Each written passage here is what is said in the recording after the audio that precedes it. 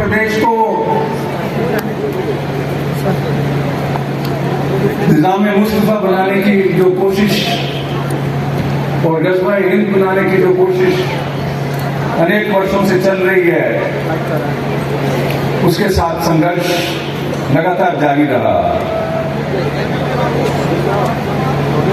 डोगरा शासन के अंतिम शासक महाराजा हरि सिंह जी, वो एक देशभक्त राजा थे। अभी दलीची ने बताया कि किस प्रकार उनको अपमानित करके यहां से निकाला गया। 1947 में देश आजाद हुआ, परंतु जम्मू कश्मीर के साथ एक अन्याय हुआ उस समय कि एक देशभक्त राजा को यहां से अपदस्थ करके प्रदेश से बाहर जाने को कहा गया, जबकि बाकी 565 रियासत के जो अध्यक्ष थे उनको उस अपने अपने रियासत का अध्यक्ष बनाया गया। ये भारतीय संविधान के अंदर ये प्रोविजन था, परंतु उसको उस संविधान के उस वाक्य की ओर ध्यान न देते हुए जम्मू कश्मीर में नया अध्यक्ष चुनने की एक परिपाटी शेख अब्दुल्ला ने शुरू की, क्योंकि जम्मू कश्मीर की कमान जो जेल में नजरबंद थे शेख अब्दुल्ला, पंडित नेहरू की उसकी दोस्ती के कारण और उनके प्रति समर्पित होने के कारण जेल से निकालकर उनको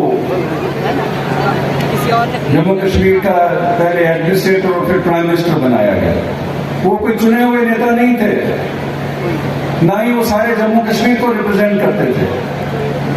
कश्मीर में भी सिर्फ सुन्नी मुसलमानों के बीच में उनका थोड़ा वर्चस्व था, ना तो जम्मू में, ना लद्दाख में, ना मीरपुर में, ना मुजफ्फराबाद में उनको पूछने वाला कोई नहीं था।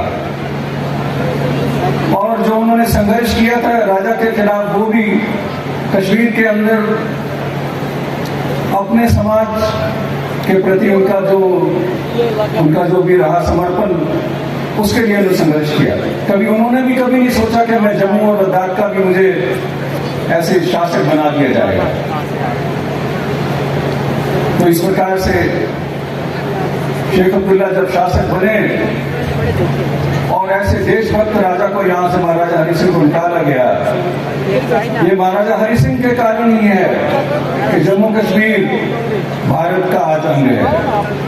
26 अक्टूबर 1947 को उन्होंने जो एक्सेशन भारत के साथ किया, और उस एक्सेशन के लिए केवल महाराजा को ही ये पावर्स थी कि वो उसके साथ भारत के साथ मिले या पाकिस्तान के साथ। वो विलय पत्र सब राज्यों का एक समान था। उसी विलय पत्र पर महाराजा ने भी दस्तखत किए थे, और 27 अक्टूबर को लॉर्ड माउंटबेटन उन्होंने उसको स्वीकारता दी थी। तो मित्रों, फिर जम्मू कश्मीर के साथ ये भेदभाव क्यों 370 दफा यहाँ लागू की गई और पिछले दरवाजे से 35 से यहाँ लाया गया। महाराजा हरि सिंह उन्होंने अपनी देशभक्ति का संकेत 1930 में दे दिया था, जब लंदन में गोलमेज कॉन्फ्रेंस में वो प्रिंसेस के अध्यक्ष के रूप में गए थे, और वहां उन्होंने ब्रिटिश शासन के सम्मुख कहा कि हमें बराबरी का स्थान मिलना चाहिए। तो अंग्रेज ये उनसे अपेक्षा नहीं करते थे। उन्होंने सोचा कि अपनी ज्यादा से ज्यादा अपने अधिकारों की बात करेंगे ये प्रिंस, लेकिन जब उन्होंने देश की बात की, भारत की बात की और उसकी बराबरी की बात की, तो अंग्रेजों के मन में, उनके हृदय के अंदर ये खटक पैदा हो गई कि ये व्यक्ति जो है ये हमारे लिए मुश्किल करेगा।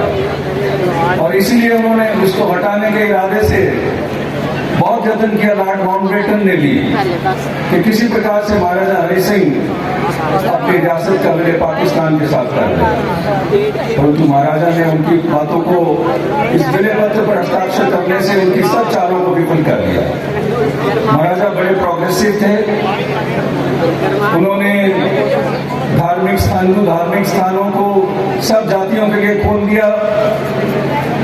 उन्होंने हायर एजुकेशन की अपॉर्चुनिटीज अपने इस जम्मू कश्मीर राज्य में पैदा की। न्यायप्रिय और प्रोग्रेसिव राजा जो देशभक्त भी थे, उनको जम्मू कश्मीर से निकालना ये एक बहुत बड़ी ऐतिहासिक भूल थी। और शेख अब्दुल्ला प्रारंभ से ही अपने रंग दिखाना शुरू हो गए। नेहरू जो उनके बड़े अंतरंग मित्र थे, उनको समझने में थोड़ी देर लगी। जब शेख अब्दुल्ला ने आरएसपुरा में भाषण दिया और उसके बाद गुलमर्ग में उन्होंने जो स्टेटमेंट्स दिए, और जब पंडित नेहरू के कहने पर भी दिल्ली आने से उन्होंने इनकार किया, तो पंडित नेहरू के मन में भी शंकाएं पैदा हो गई। और फिर जब नेशनल कॉन्फ्रेंस के अंदर भी विरोध पैदा हुआ, शेख अब्दुल्ला अकेले पड़ गए और बख्शी गुट ने नो कॉन्फिडेंस उनके ऊपर कर दिया। और उस समय शेख को केवल डिसमिस नहीं किया गया, उन्हें अरेस्ट भी किया। मित्रों, इसके बीच में जम्मू का एक संघर्ष प्रजा परिषद आंदोलन के रूप में हमारे सामने आया। ये जम्मू कश्मीर को भारत से अलग करने की जो साजिशें चल रही थी, उसका मुकाबला करने के लिए पहला संघर्ष जो जम्मू में लड़ा, उसका थोड़ा सा चित्रण आपके सामने करता हूँ।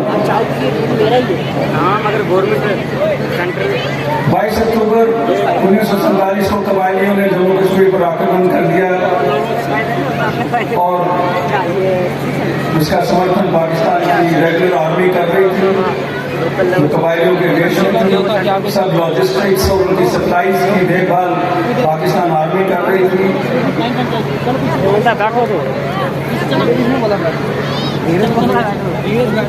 उनको डिफेंड करने के लिए महाराजा ने भारत सरकार से निवेदन किया कि अपनी फौज भेजे, परंतु उस वक्त का शासन, ये बड़ी दुर्भाग्य की बात है कि माउंटबेटन उसके अध्यक्ष थे। स्वतंत्र भारत के भी प्रमुख कौन थे? Lord Mountbatten. पाकिस्तान में किसी अंग्रेज को अध्यक्ष नहीं बनाया अपना।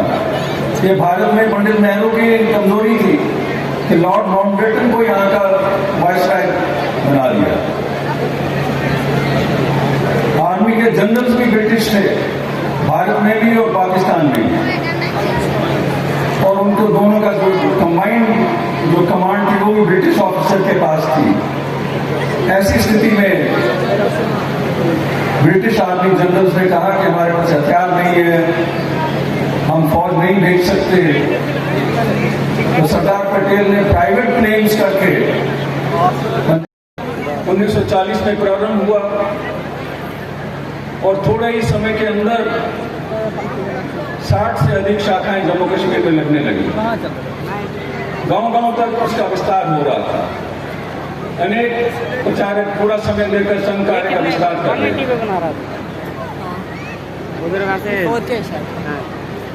वही जो नेटवर्क जो संघ ने बनाया हुआ था, सरदार बंदूक जो श्रीनगर में कश्मीर में थे, वो 7 नवंबर को किसी तरह से जान बचा के वहां से जम्मू आए और 17 नवंबर को उन्होंने घोषणा की, प्रजा परिषद की स्थापना की, जिसमें जम्मू के सम्मानीय नागरिक उसमें शामिल हुए और यहां से शुरू होती है वो संघर्ष की गाथा।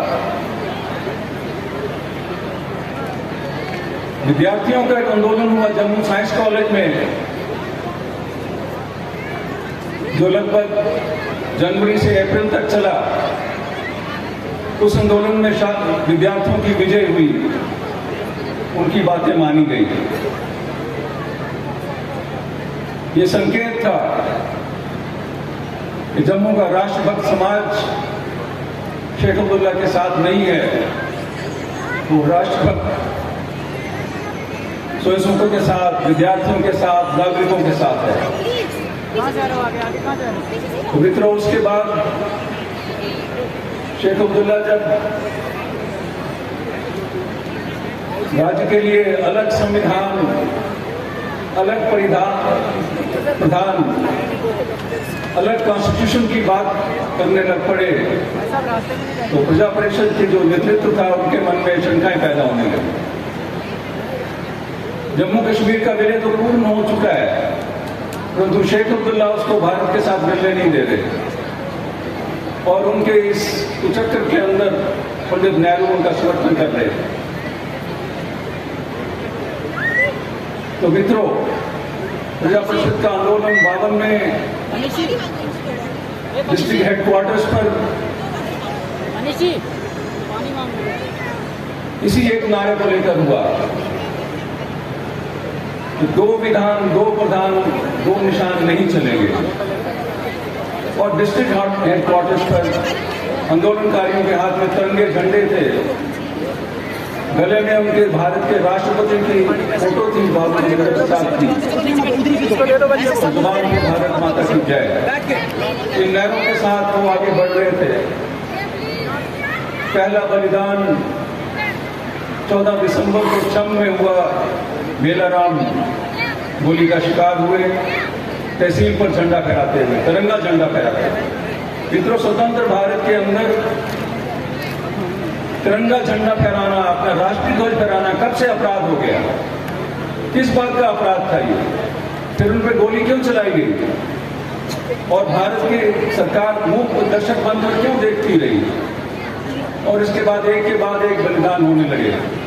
उसके बाद सुंदरबनी में गोलीकांड हुआ,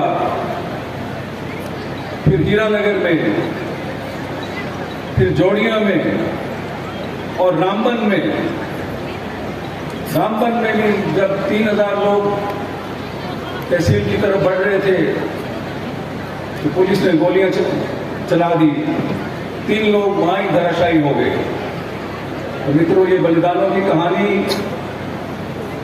सिर्फ आतंकवाद में आरंभ नहीं हुई है। ये जम्मू कश्मीर को भारत के साथ जोड़ने की लड़ाई बड़ी पहले से चल रही थी। उसके 2 अध्याय मैंने आपके सामने रखे। मेरे बाद आने वाले वक्ता आपको इस आतंकवाद और इस जम्मू कश्मीर को भारत से अलग करने की जो साजिशें हैं उनके बारे में और भी विचार रखने वाले हैं। तो मित्रों, मैं एक बार फिर आपके बलिदानों को नमन करता हूं, आपकी वीरता को प्रणाम करता हूं। भारत माता की जय।